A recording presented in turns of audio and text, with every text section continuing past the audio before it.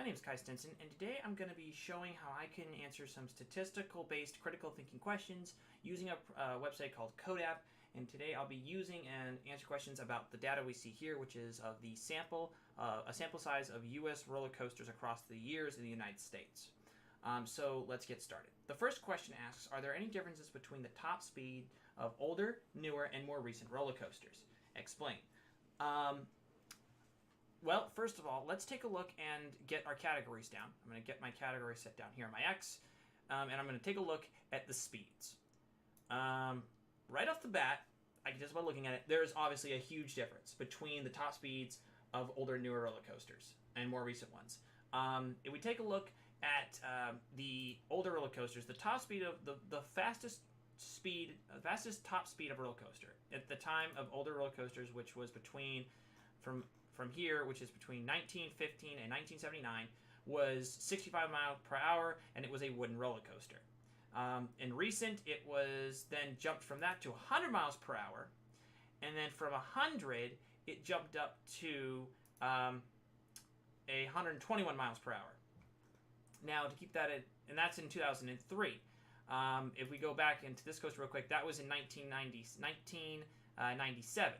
So, yes, there is definitely a correlation that the more recent the roller coaster, or the newer the roller coaster, the faster it's going to be, simply because of, obviously, technology is a huge impact, the amount of resources available and or the cost of resources.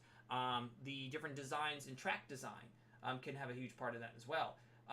But at the end of the day, as you can see, there is a clear increase over time for each type of roller coaster. If you want to look at this in terms of a line of best fit, and if you take a look at just the top speeds, it's really close. If you were just to have a line of best fit, it will almost hit every single one of those points, if not be what I would geometrically describe as tangential to the point. I know that's probably not I probably know that's not, like, in terms of statistics, a fair assumption, but what I mean by that essentially is that from a imagery-based standpoint, that is not too far from what I would describe it as. Now, let's move on to and one fair point also to mention here is that the difference in the roller coasters, as you can see, is that the speed difference in speeds of newest roller coasters is actually more obvious than more recent or even older ones.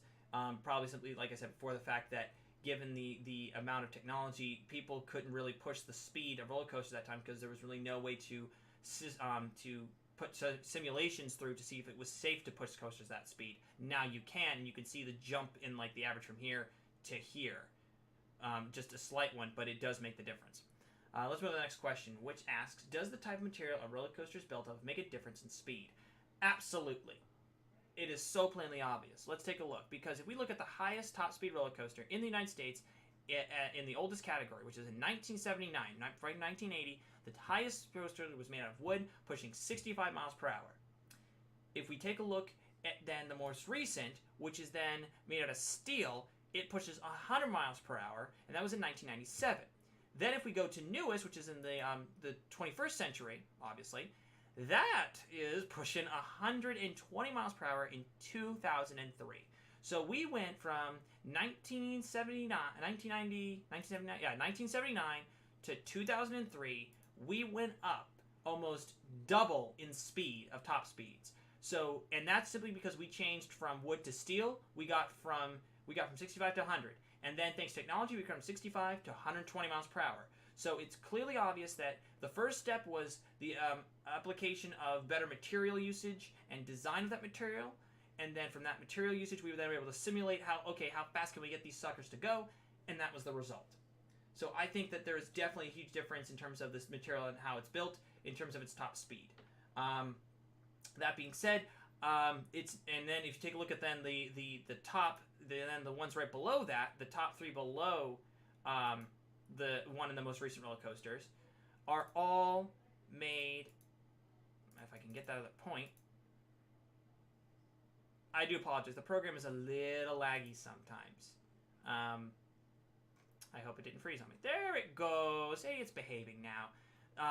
The other three, the top four roller coasters right beneath that, are all also steel. Every single one of them. So it does not surprise me that and that's the case. If we take a look back to here, the God, this is really being slow. I really am sorry for people who watch this. It's not usually this bad. I just feel bad because it's chewing up my time. There we go. See, you can do it. So, and then, yeah, then this one was also steel. And then over here, if we look at that fact, the highest roller coaster underneath the 1997 one was wood, and then this one was wood as well. So you can see that there's a correlation fact that the top 2 or 4 roller coasters in each of these categories was faster when they switched materials in terms of how they designed the roller coasters. Let's move on to the next question. So if you were going to ride a roller coaster that was built before 1980, what would you expect for a typical top speed? What about if you're riding a newer roller coaster? Why? My typical top speed I expect for older would probably be somewhere in between 50 and 70 miles per hour. That would be my expectations. For newest, I would say between 80 and 100. Because here's why I don't say 120. These two guys out here, in both these categories, are outliers. They are so far from the pack, it's ridiculous. And you can see that. There's a jump. It goes from here, then to here, and then even farther. So there's obviously a thing here because there's always the bragging rights involved too in parks. Like, hey, we've got the fastest roller coaster in the Southeast. Or, hey, we got the longest roller coaster in the Southeast. You get my point. So I definitely think that my expectations should be underneath that because I want to be in either the what was referred to as basically as the third quartile or the first quartile or right on the median in terms of my expectation, because an expectation is kind of an average. So I want my average, if I'm looking for high-speed roller coasters, to be in the third quartile in the range of anywhere between maybe 80 to 100 miles per hour for newest, and for oldest it would probably be 50 to 60. That's a fair assumption to make because therefore you're doing respect to data. You're not letting your answer be skewed because you can say, oh, I'm going to this park. Maybe they'll have another 120 mile per hour roller coaster, another 120 another 120 mile per hour top speed roller coaster. There's the sentence. Try saying that 5 times fast. My expectation would be very, very outlandish because most of the roller coaster speeds are still really centered around that 80 to 100 mile per hour gap. So yeah, let's move on to the last question here in the last few minutes I have, which is how does the new, I was given a link to add a new roller coaster in, which we're going to go down to it right now, and it's in the newest category because it was in the 21st century. It's called the Extreme, which is which is in, let's see here, I'll widen this up so I can read the title, which is in Blue Bayou, Dixieland, in Baton Rouge, Louisiana. Fun fact, that park actually is closed now. It was turned into a water park. So that's kind of sad. Always upsetting when a roller coaster is closed. But it has to be done. So let's take a look. I do apologize. My cat's being a little mouthy with me. Let's take a look at the question here. So it says, how does this new case file fit within the analysis you just did? Does this new case change any claims or influence you had based on any of your analysis? I don't think it really does, and here's why.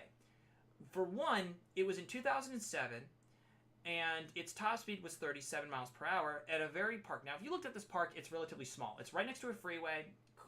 It's probably not even maybe an acre, maybe an acre and a half. And I'm no, and I'm no land surveyor expert. But what I can say about this in the last minute and 5 seconds I've got, I can say that for confidence, the fact that I still think it holds true. Because, one, there are other roller coasters that you can see down here that are closely together. They're not exactly outliers because technically the difference in terms of between the first quartile and what you consider the end of your sample set is not as bad as up here it is. So it is a newest roller coaster, but in terms of my assumption I made, the only thing it does not really hold well with is the material type because it was made out of steel. So I think I'd have to make my adjustment to the claim that the material does have an impact on the speed, but the other ones I made as far as my other two would still hold true.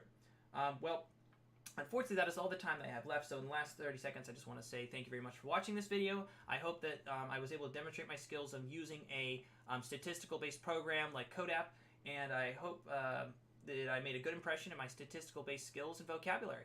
Thank you very much for watching, and have a wonderful day.